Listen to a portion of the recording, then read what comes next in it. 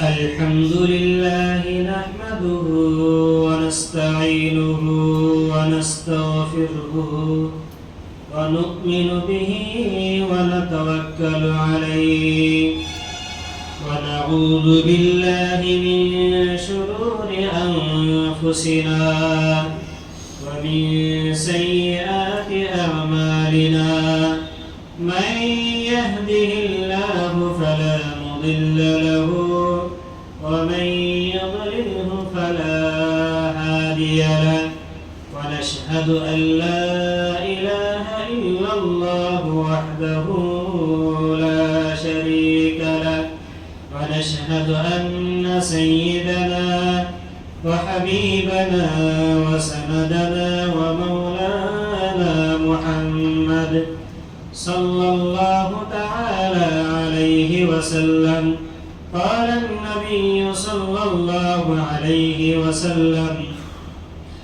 عن عقبة بن عامر قال قلت يا رسول الله صلى الله عليه وسلم ما النجاة قال أمسك عليك لسانك وليسعك بيتك وابك على خطيئتك أو كما قال النبي صلى الله تعالى عليه وسلم الله تبارك تعالى লাখ লাখ শুকরিয়া যে আল্লাহ তাবারক তাআলা আমাদেরকে জুমার নামাজ আদায় করার বাবে মসজিদত আনিছে হে মহান রব্বুল আলামিনের উপর শুকরিয়া আদায় করি আলহামদুলিল্লাহ বিশ্বনবী জনাব রাসূলুল্লাহ সাল্লাল্লাহু আলাইহি ওয়াসাল্লামের উপর দরুদ করি সাল্লাল্লাহু আলাইহি ওয়াসাল্লাম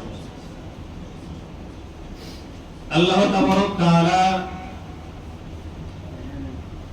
দুই শ্রেণীর মানুহ আৰু জিন দুটা ভাগত ভাগ কৰিব আল্লাহ তাআলা কেই ভাগত দুটা ভাগ এটা ভাগ নাজাত পাব আৰু এটা ভাগ নাজাত নাপাব হিয়তে জাহান্নামত গুচি যাব এটা কি কৰিব এটা ভাগ নাজাত পাই আল্লাহ তাআলা জান্নাতত যাব আৰু এটা নাজাত নপোৱাকে জাহান্নামত গুচি এতিয়া নাজাত মানুহৰ দুনিয়াতেও প্ৰয়োজন আছে আখিৰাতেও প্ৰয়োজন আছে দুনিয়াত নাজাতৰ প্ৰয়োজন কেনকে আমাক শয়তানে আক্ৰমণ কৰি থাকে আমাক বেয়া কামৰ পৰা আমাক ফিতনা ফাসাদৰ পৰা আমাক নাজাত লাগে এটো পৃথিৱীত সবৰে নাজাতৰ প্ৰয়োজন হিন্দু মুসলিম খ্ৰিস্টান সবৰে দুনিয়াত নাজাতৰ প্ৰয়োজন সবই শান্তি বিচাৰিব আৰু আখিৰাতৰ নাজাত অকল ইমানদাৰ সকলে আখিৰাতৰ নাজাতৰ চিন্তা কৰে এতিয়া নাজাতৰ পথ কি আমি আজি আলোচনা কৰিম নাজাতৰ পথ কি নাজাতৰ পথৰ বিষয়ে আজি আলোচনা কৰিম ইনশাআল্লাহ মই এটা হাদিস আপোনালোকৰ সন্মুখত পঢ়িছো এই হাদিসটো হৈছে আন উকবাতা ইবনে আমিৰ قال قلت يا رسول الله صلى الله عليه وسلم من نجا قال امسك عليك لسانك وليسعك بيتك وابكي على خطيئتك উকবা ইবনে আমির রাদিয়াল্লাহু তাআলা আনহু রাসূলুল্লাহ সাল্লাল্লাহু আলাইহি ওয়াসাল্লাম বলেছেন ইয়া রাসূলুল্লাহ সাল্লাল্লাহু আলাইহি ওয়াসাল্লাম নাজাতের উপায় কি আমি নাজাত কেনকে পাব নাজাতের পথ কি রাসূলুল্লাহ সাল্লাল্লাহু আলাইহি ওয়াসাল্লাম বলেন আমসিক আলাইকা লিসান তোমালোকৰ জিভাটো কি কৰা জিভাটো হেফাজতত ৰাখা জিভা হেফাজতত ৰাখা ওয়ালিয়াসাক বাইতু আৰু ঘৰ তোমাৰ নিজৰ বাবে প্ৰশস্ত কৰি দিয়া অৰ্থাৎ ঘৰত থাকো ঘৰত থাকিবা ওয়াবকি আলা খতিআতি আৰু আন এটা হৈছে তোমাৰ নিজৰ গুনাহৰ বাবে আল্লাহৰ ওচৰত কান্দিবা তিনিটা পয়েন্ট ৰাসূলুল্লাহ সাল্লাল্লাহু আলাইহি ওয়াসাল্লাম বৰ্ণনা কৰেছেন তিনিটা পয়েন্টৰ ভিতৰত এটা হৈছে কি যে তুমি কি কৰিবা নিজৰ জিহ্বা হেফাজত কৰিবা জিহ্বা কি কৰিবা হেফাজত ৰাখিবা আন এটা কি আন এটা হৈছে ঘৰত থাকিবা বাহিৰত প্ৰয়োজন নাথাকিলে বাহিৰত নাযাবা তিনি নম্বৰ হৈছে ওয়াবকি আলা খতিয়াতি, নিজৰ গুনাহৰ বাবে আল্লাহৰ ওচৰত কি কৰিবা? ক্ষমা কৰি কান্দিবা। এই তিনিটা পয়েন্টৰ ভিতৰত যিটো ফাৰ্ষ্ট পয়েন্ট ৰাসূলুল্লাহ সাল্লাল্লাহু আলাইহি ওয়াসাল্লাম কৈছে জবানৰ হেফাজত কৰা। এই জবানৰ হেফাজত কিয়া কৰা ৰাসূলুল্লাহ সাল্লাল্লাহু আলাইহি ওয়াসাল্লাম? জবানৰ হেফাজত কৰা, এই জিহ্বাৰ হেফাজত কৰা। যদি আমি ক'ব যাওঁ পৃথিৱীৰ যিমান ফাসাদ, যিমান গণ্ডগোলৰ মূল হৈছে এই জিহ্বা। মানুহৰ বিপদ আপদৰ মূল কাৰণ হৈছে জিহ্বা। ৰাসূলুল্লাহ সাল্লাল্লাহু আলাইহি ওয়াসাল্লাম এইটো কোৱাৰ অৰ্থ এনে, নাজাত কিয় আমাক লাগে? নাজাত শব্দৰ অৰ্থ কি? আমি নাজাত শব্দৰ অৰ্থ হৈছে কি? ৰেহাই পোৱা। আৰু এই জবানটো যে আমাক বিপদ আপদত পেলাই আছে, এই বিপদ আপদৰ পৰা মুক্তি ৰেহাই পোৱা হৈছে নাজাত। কুলতু মান নাজাত ইয়া ৰাসূলুল্লাহ, সাহাবা সুধিছিল নাজাত কাক কোৱা হয়? এই নাজাতৰ কথা কি কৈছে? তোমালোকে জবান হেফাজত কৰা। এই জবানৰ কথা যে কোৱা হৈছে, জবানটো এনেকুৱা এটা বস্তু, আপুনি বাহিৰত ওলাব, আপোনাৰ এই কথাতে, আপোনাৰ কথাই মিঠা, মানুহৰ লগত সম্পৰ্ক কৰিব, আৰু এই কথাতে মানুহৰ লগত সম্পৰ্ক বিচ্ছিন্ন হৈ যাব। আপুনি এটা বেয়া কথা ক'ব, মানুহৰ লগত কাজিয়া লাগি যাব। আপুনি এনেকুৱা কথা ক'ব, আপোনাৰ কথাৰ দ্বাৰা আপোনাৰ সম্পদ লুণ্ঠন হ'ব পাৰে, আপোনাৰ কথাৰ দ্বাৰা আপোনাৰ ওপৰত আঘাত আহিব পাৰে, আপোনাৰ কথাৰ দ্বাৰা আপোনাৰ ফ্যামিলিৰ ওপৰতো আঘাত আহিব পাৰে। আপোনাৰ এই জবানৰ দ্বাৰা আপোনাৰ কি ক্ষতিৰ মূল কাৰণ, আপোনাৰ সম্পত্তিও ধ্বংস হ'ব পাৰে। আপোনাৰ স্বামী স্ত্ৰীৰ ভিতৰত কাজিয়াও হয় এই কথাৰ কাৰণে, এই জবানৰ কাৰণে। নিজৰ ভায়েকৰ লগত কাজিয়া হয় এই জবানৰ কাৰণে। ওচৰৰ মানুহৰ লগত কাজিয়া হয় এই জবানৰ কাৰণে। বন্ধুৰ লগত সম্পৰ্ক নষ্ট হয় এই জবানৰ কাৰণে, এই কথাৰ কাৰণে। তেতিয়াহ'লে কি বিশৃংখলাৰ একমাত্ৰ কাৰণ হৈছে এই জবান। জবান যদি আমি ভালকে ব্যৱহাৰ কৰিব পাৰো, তেতিয়াহ'লে আমাৰ এই জিন্দগী নাজাতৰ জিন্দগী হয়। আৰু যদি আমাৰ এই জবান অলপমান গড়বড় হৈ যায়, আমাৰ ভিতৰত ফিতনা আহি যায়, ফাসাদ আহি যায়। তেতিয়াহ'লে কি জবান হেফাজত কৰিব লাগিব। আল্লাহ তাআলা কয় মা ইয়ালফিজু মিন কাউলিন ইল্লা লাদাইহি রাকিবুন আতীদ। যিজনে যি কথাই নকয় কিয়া আল্লাহ তাআলা সেই কথাবিলাক আল্লাহ তাআলা এটা লিখনেওয়ালা, এটা কাতিব, এটা মুনসি বহি আছে। মা ইয়ালফিজু মিন কাউলিন ইল্লা লাদাইহি রাকিবুন আতীদ। আপুনি আমি যিটো কথাই নকওঁ কিয়া এই কথাবিলাক সংৰক্ষণকাৰী আল্লাহ তাআলা নিযুক্ত কৰি থৈছে। মুনকার নাকি কি? মুনকার নাকি? ভাল কথা লিপিবদ্ধ হৈ আছে, বেয়া কথা লিপিবদ্ধ হৈ আছে।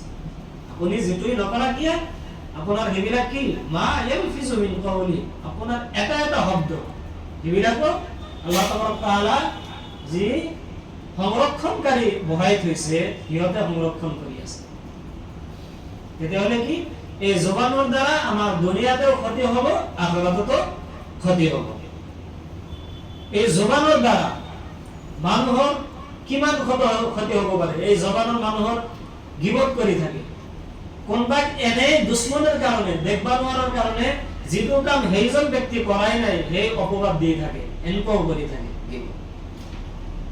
তেতিয়াহ'লে কি আৰু গিবতটো কেনেকুৱা?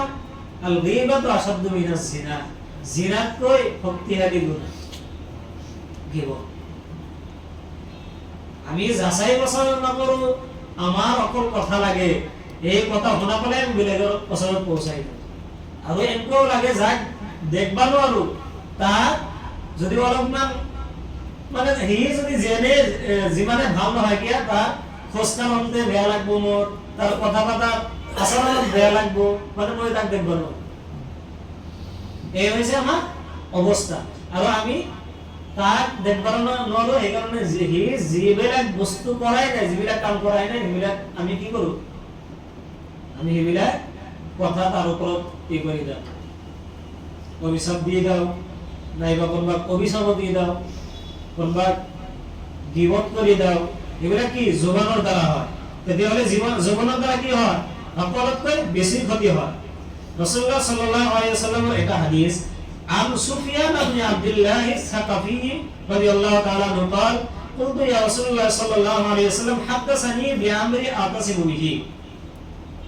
রাসূলুল্লাহ সাল্লাল্লাহু আলাইহি ওয়াসাল্লাম আব্দুল্লাহ সাকাফি সুফিয়ান ইবনে আব্দুল্লাহ সাকাফি রাসূলুল্লাহ সাল্লাল্লাহু আলাইহি ওয়াসাল্লামক কলা, ইয়া রাসূলুল্লাহ সাল্লাল্লাহু আলাইহি ওয়াসাল্লাম, আপুনি মোক এনেকুৱা এটা কথা কোৱা যেটো কথা মই মোৰ ভিতৰত ৰাখি থম আৰু মোৰ কামত আহিব, এনেকুৱা এটা কথা কৈ দিয়া।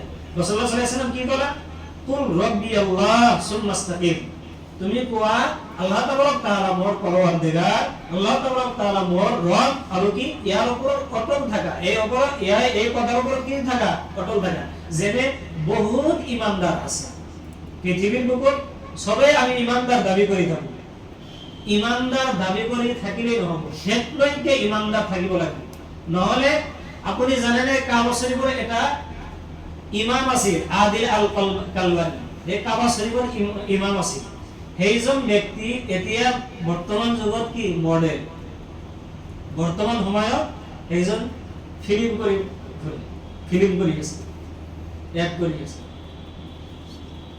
আপুনি ভাবব মই ডাঙৰ আলিম, মই ডাঙৰ মুফতি সাহেব, মই ইমানৰ ওপৰতে আছে, সেইলৈকে আল্লাহৰ ওচৰত দোৱা কৰক আল্লাহ যাতে সেইলৈকে সুম্মাস্তাকিম অটল থাকিব দে। কিয়নো অকল আল্লাহ মোৰ ৰব এই কওঁতে শেষ নহয়, সুম্মাস্তাকিম এই কথাৰ ওপৰত অটল থাকিব লাগিব। তেতিয়াহে কি? তেতিয়াহে আমি মুমিন। মূল কথা হৈছে কুলতু ইয়া রাসূলুল্লাহ সাল্লাল্লাহু আলাইহি ওয়াসাল্লাম মা আখাফু মা তাখাফু আলাইয়া। মূল কথা হৈছে সেইজন সাহাবী সুধিছিল ইয়া রাসূলুল্লাহ সাল্লাল্লাহু আলাইহি ওয়াসাল্লাম, তাৰ পিছত সকলোতকৈ ভয়ংকৰ বস্তু কোনটো? আটাইতকৈ ভয়ংকৰ বস্তু কোনটো? রাসূলুল্লাহ সাল্লাল্লাহু আলাইহি ওয়াসাল্লাম ফাআখাযা বিলিসান নাফসি সুম্মা ক্বালা হাযা। রাসূলুল্লাহ সাল্লাল্লাহু আলাইহি ওয়াসাল্লাম জিবাখন এতে হাত দি ধৰি গলা, এইটোৱে সকলোতকৈ ভয়ংকৰ বস্তু। ৰাসূলুল্লাহ সাল্লাল্লাহু আলাইহি ওয়াসাল্লাম বুঝছেন কি আটাইতকৈ ভয়ংকৰ বস্তু কি? ৰাসূলুল্লাহ সাল্লাল্লাহু আলাইহি ওয়াসাল্লাম জিবাখন হাত দি ধৰি গলা যে এইটোৱে আটাইতকৈ ভয়ংকৰ বস্তু। হাসানৰ মূল কাৰিগৰ কোনে? এই জিবা। গিবতৰ কাৰিগৰ জিবা, মানুহৰ লগত হাসাত লগোৱাৰ কাৰিগৰ জিবা। قال رسول الله صلى الله عليه وسلم ما يتكفل لما بين لحيه وما بين رجليه اتكفل له الجنه। রাসূলুল্লাহ সাল্লাল্লাহু আলাইহি ওয়াসাল্লাম কইছে কোনবা ব্যক্তি যদি দুটা বস্তুৰ জিম্মাদাৰি লয়, কেইটা বস্তু? দুটা বস্তুৰ জিম্মাদাৰি লয়, তেতিয়াহ'লে মই তাৰ কাৰণে জান্নাতৰ জিম্মাদাৰি লম। সুবহানাল্লাহ। কি কেইটা বস্তুৰ জিম্মাদাৰি? দুটা। এটা হৈছে লজ্জাস্থানৰ হেফাজত কৰা, লজ্জাস্থানৰ জিম্মাদাৰি, যে গুনাহ কামত যাতে ব্যৱহাৰ নহয়। বুজি পাইছেন না? লজ্জাস্থান। দুই নম্বৰ হৈছে নিজৰ জিহ্বা, দুই হঠৰ মাজৰ আৰু লজ্জাস্থানৰ যিজন ব্যক্তিয়ে জিম্মাদাৰি ল'ব, ৰাসূলুল্লাহ সাল্লাল্লাহু আলাইহি ওয়াসাল্লাম কয় মই কিয়ামতৰ দিনা সিহঁতৰ কাৰণে জান্নাতৰ জিম্মাদাৰি ল'ম। সুবহানাল্লাহ। তেতিয়াহ'লে লজ্জাস্থানৰ লগত জিভাৰ লগত সম্পৰ্ক কি? তেতিয়াহ'লে কিমান ফাসাদৰ মূল হ'ব পাৰে জিভাটো। ৰাসূলুল্লাহ সাল্লাল্লাহু আলাইহি ওয়াসাল্লাম আৰু এটা কথা কৈছে, মান আকাহুল্লাহু শাররা মা বাইনা লিহিহি ওয়া শাররা মা বাইনা রিজলিহি দাখালাল জান্নাহ। এই একে কথা যে যিজনে লজ্জাস্থান আৰু এই জিভাখন হেফাজতত ৰাখিছে সেইজন ব্যক্তি জান্নাতত প্ৰৱেশ কৰিব। কিয়নো গুনাহৰ মূল হৈছে জিভা। গুনাহৰ মূল কি? জিভা। তেতিয়াহ'লে কি ফাৰ্স্ট রাসূলুল্লাহ সাল্লাল্লাহু আলাইহি ওয়াসাল্লাম কি কৈছে? যে তোমালোকে এই জিভা হেফাজতত ৰাখা। নাজাতৰ পথৰ এক নম্বৰ শৰ্ত হৈছে কি? জিভা হেফাজতত ৰাখা। দুই নম্বৰ হৈছে ঘৰত থাকিব দিছে। ওয়াল ইয়াসআদ বাইতু, তোমাৰ বাবে তোমাৰ ঘৰখন প্ৰশস্ত কৰা, বহল কৰা, অৰ্থাৎ তুমি ঘৰত বেছি সোমাই দিয়া, ঘৰত বেছি সোমাই দিয়া।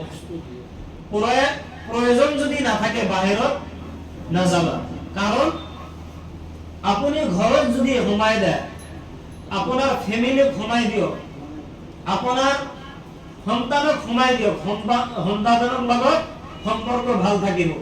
আপুনি নিজৰ স্ত্ৰীক সোমাই দিয়ক, আপোনাৰ স্ত্ৰীৰ লগত সম্পৰ্ক ভাল থাকিব। আপুনি আপোনাৰ মা বাবাক সোমাই দিয়ক, আপোনাৰ মা বাবা কি কৰিব, শান্তিত থাকিব। আৰু যদি আপোনাৰ একো কামে নাই, আপোনাৰ বাগান দি থাকক, টোপনি মাৰি থাকক, নিজৰ শৰীৰখন কি সুস্থ থাকিব, আপুনি নিজৰ কামত ব্যৱহাৰ কৰিব পাৰিব, উপাৰ্জনৰ কামত কি কৰিব পাৰিব, ব্যৱহাৰ কৰিব পাৰিব। এনে ঘৰৰ পৰা ওলাই যায় ৰাস্তাত আড্ডা মাৰি থাকা, এনে বেলেগৰ লগত বেলেগ কাৰ কন্যা কি হৈছে, কাৰ ছোৱালী কি হৈছে, কাৰ ল'ৰা কি হৈছে, কোনে কি কৰি আছে, সেইবিলাক আলোচনা কৰি কি নিজৰ গুনাহ কি আমল নামত গুনাহ বোঝ হৈ আছে।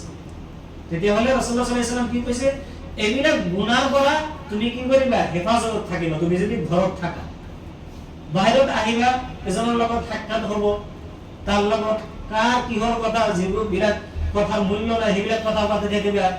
মানুহৰ কাজিয়া চাবা, বা এনেকুৱা মুসিবত আহিব পাৰে, মানুহৰ কাজিয়া হৈ আছে, তুমি তাতে চাবা গেছা, যাই আপুনি ফাঁচি গেছে, যাই কেছ আহি গেছে নিজৰ নামত, তেতিয়াহ'লে নিজেও ফাঁচি গেল, ফেমিলিটো অশান্তিত হৈ গেল।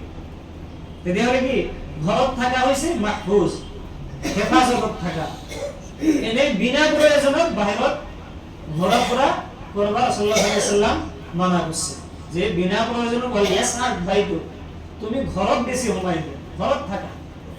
কাম কাজত বা নিজৰ আত্মীয় স্বজনৰ লগত সাক্ষাৎ কৰাৰ কাৰণে যাওয়া কিন্তু বেলেগ কথা, নিজৰ উপাৰ্জনৰ বাবে বাহিৰত যাবাই লাগিব। কিন্তু এনেই প্ৰয়োজন নাই, এনেই বাহিৰত ঘূৰবা, 12টা 1লৈকে ঘূৰি আছে, ঘূৰি ফুৰি আছে, তেতিয়াহ'লে কি ঘৰত বহি থাকা, বাহিৰত নাযাব। বাহিৰত গ'লে কি হ'ব, নিজে ফাসাদত পৰিব আৰু গুনাহৰ কামত লিপ্ত হৈ যাব। 3 নম্বৰ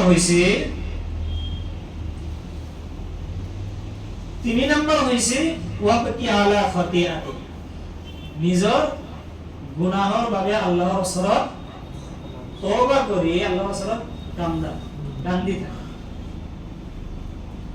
তেতিয়াহ'লে কি আল্লাহৰ ওচৰত সকলোতকৈ প্ৰিয় যিটো বস্তু সেইটো হৈছে চকুৰ পানী। কি চকুৰ পানী? দুটা টপাল আল্লাহৰ ওচৰত আটাইতকৈ প্ৰিয়। এটা হৈছে শহীদৰ তেজটো, এইটো মাটিত ভৰি পৰাৰ আগতে আল্লাহ তাআলা সেই শহীদক ক্ষমা কৰি দিয়ে। কি কৰে, মাটিৰ টপালটো, এই তেজৰ টপালটো মাটিত পৰাৰ আগতে আল্লাহ তাআলা শহীদক ক্ষমা কৰে। আৰু আন এটা হৈছে যিয়ে নিজৰ গুনাহৰ বাবে আল্লাহৰ ওচৰত দোয়া কৰি কান্দি চকুৰ পানী ওলায়, সেই চকুৰ পানী আল্লাহৰ ওচৰত আটাইতকৈ প্ৰিয়। এইটা বস্তু প্ৰিয় দুটা, এটা হৈছে চকুৰ পানী। রাসূলুল্লাহ সাল্লাল্লাহু আলাইহি ওয়াসাল্লাম কইছে, রাজুলুন যাকারাল্লাহু খালিয়ান ফাফাজাত আইনা, হাত শ্রেণীর ব্যক্তি আল্লাহ তাবারক তাআলা আরশে আজিমত ছার তলত জায়গা পাবো। এই শ্রেণীর মানুষ হাত শ্রেণী, তার ভিতৰত এটা হৈছে যিয়ে আল্লাহৰ ওচৰত নিজে অকলে কোনেও নাই আল্লাহৰ ওচৰত দোয়া কৰি তওবা কৰি কি কৰিছে, চকুৰ পানী ওলাইছে। সেইজন ব্যক্তি কিয়ামতৰ দিনা কি হ'ব, আৰশে আজিমত ছাৰ তলত জায়গা পাবো। যেদিনা আৰশে আজিমত ছাৰ বাহিৰত কোনো ছাঁ নহ'ব, না গছ থাকিব, গছৰ ভিতৰত একো নাথাকিব, না বিল্ডিং থাকিব। তেতিয়াহ'লে কি চকুৰ পানীৰ ইমান দাম। আপোনাৰ আমাৰ এই জিন্দগী আমি ক'ত ব্যয় কৰিছো, ক'ত খৰচ কৰিছো, সব আল্লাহ তাআলা ওচৰত হিচাপ দিব লাগিব।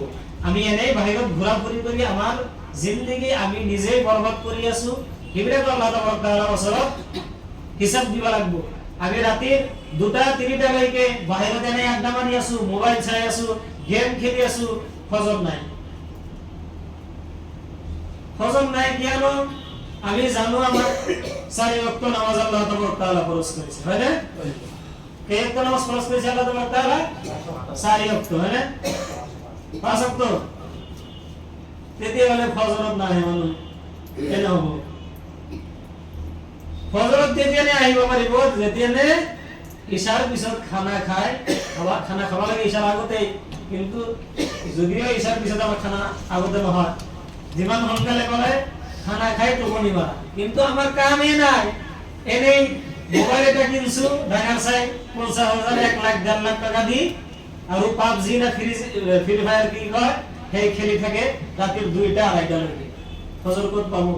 সেইকাৰণে ভাবছো আমি ফজৰৰ নামাজৰ জামাত আৰম্ভ কৰিম 10:30 মান বজাত ৰাতিপুৱা, তেতিয়াহ'লে সবাই জামাত পাব। নহ'লে আমি হাৰি নাপাওঁ, কি কৰিম? যদি হাৰি পাম, যদি আমাৰ 4টা বজাত কিবা কি আমাৰ নিজৰ প্ৰয়োজনীয় কাম থাকে, তেতিয়াহ'লে আমি লাগিলে টোপনি নামাৰিম, কিন্তু আমি হাৰি পাম। কিয়নো আল্লাহ তাআলা যেটো হুকুম সেইটো আমাৰ ওচৰত একো নাই, আমি বিশ্বাসই নকৰো। বিশ্বাস করলে হ'ব নেকি? বিশ্বাস করলে তেতিয়াহ'লে আমি উদ্ভাই পারলো হয়। মৌত যে আছে, আল্লাহ ওচৰত যে আমাৰ হিসাব দিব লাগিব, আমি বিশ্বাসই নকৰো। যদি বিশ্বাস করলো হয় তেতিয়াহ'লে ফজর এনে টোপনিত নেগেল। বেয়া পাই আছে অকল আপুনি বিয়া, ময়ো নামাৰিব আমাৰ কৈ আছে জনা একে অৱস্থা, সবৰে টোপনি নামাৰিব, টোপনি এনে থাকি যায়। আল্লাহ তাআলা এই 5 ওয়াক্ত নামাজি যদি আমি ঠিক মতো হ'ব নোৱাৰো, ঠিকঠাক 5 ওয়াক্ত নামাজ পঢ়িব নোৱাৰো, সব ইমানো প্রয়োজন নাই জান্নাত বা আমাক নাজাত পাওয়া, ইমান প্রয়োজন নাই আমাক, মানে বিরাট পরহেজগার হব লাগবে। অলপমান কেইটা হারাম হালাল অলপ বাসি খাওয়া লাগবে, 5 ওয়াক্ত নামাজ, বাস ইমান করবা নালাগে। এই জামানা ইমানে যথেষ্ট, 5 ওয়াক্ত নামাজ আপনি পড়ক, হালাল হারামটো বাসি করুন, বাস। এই দুটা বস্তু হলে আমি নাজাত পাই যাব। আমি ইনশাআল্লাহ আমল করার চেষ্টা করি। এইটা বস্তু পেছো নাজাত, 3টা। এটা হইছে নিজর জিহ্বা হেফাজত রাখা, বদনাম করার পৰা হেফাজত থাকিম ইনশাআল্লাহ, গীবতৰ পৰা হেফাজত থাকিম ইনশাআল্লাহ। মানুহৰ গীবত দেখি কি লাভ? আপুনি যিমানে ভাল নহয় কিয় বেলেগৰ কথা ক'ব তো ভাবব মোৰ কথা কোনবা কৈছে, কবই যিমানে আপুনি ভাল নহয়, তেতিয়াহ'লে কি কৰিব লাগিব? জবান হেফাজত ৰাখিব। 2 নম্বৰ কি? নিজৰ ঘৰত বেছিকে সোমাই দিয়া, বাহিৰত এনেই সোমাই বৰবাদ নকৰা। 3 নম্বৰ হৈছে নিজৰ গুনাহৰ কাৰণে আল্লাহৰ ওচৰত ক্ষমা বিচাৰি কান্দি চকুৰ পানী ওলোৱা। এই 3টাই হৈছে, 3টাৰ সমষ্টিৰ নাম হৈছে নাজাতৰ পথ। তেতিয়াহ'লে যদি আমি এই 3টা আমল কৰিব পাৰো, ইনশাআল্লাহ আল্লাহ তাআলা আমাক নাজাত কৰি দিব ইনশাআল্লাহ। আল্লাহ তাআলা আমাক সকলোকে গুণাতকৈ বেছি বেছি আমল কৰাৰ তৌফিক দান কৰুন। ওয়া আখিৰু দাওয়ানা আলহামদুলিল্লাহি ৰাব্বিল আলামিন।